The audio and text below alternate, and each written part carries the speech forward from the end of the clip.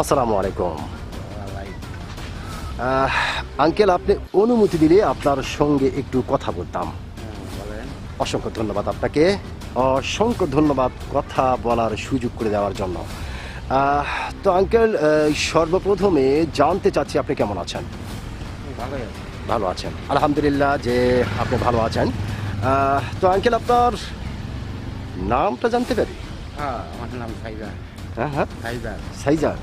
চমৎকার একটি নাম আপনার, অত্যন্ত চমৎকার একটি নাম আপনার। এবং আপনার নাম শুনে এবং আপনাকে সামনাসামনি দেখে যেটা বোঝা যাচ্ছে, আপনি অতি ভয়ঙ্কর এবং অত্যন্ত একজন সাহসী মানুষ। আচ্ছা। এটা কিন্তু আপনাকে দেখেই বোঝা যাচ্ছে আপনি ছোটবেলা থেকে প্রচণ্ড একজন সাহসী মানুষ। তো আঙ্কেল, আপনি কি ভোটার হয়েছেন? ভোটার হয়েছে। কোন দেশের? এই দেশেরই। এই দেশেরই, তার মানে আপনি বাংলাদেশের ভোটার। আপনাকে অসংখ্য ধন্যবাদ যে আপনি বাংলাদেশের ভোটার। তো আঙ্কেল, যেহেতু আপনি বাংলাদেশের অতি ভয়ঙ্কর এবং অত্যন্ত একজন সাহসী মানুষ এবং বাংলাদেশের ভোটার, বাংলাদেশের নাগরিক, সেই ক্ষেত্রে একটি বিষয় আপনার কাছ থেকে জানতে চাই। বিষয়টি হলো এইবার বাংলাদেশের সরকার কে হতে পারে? বিএনপি হবে।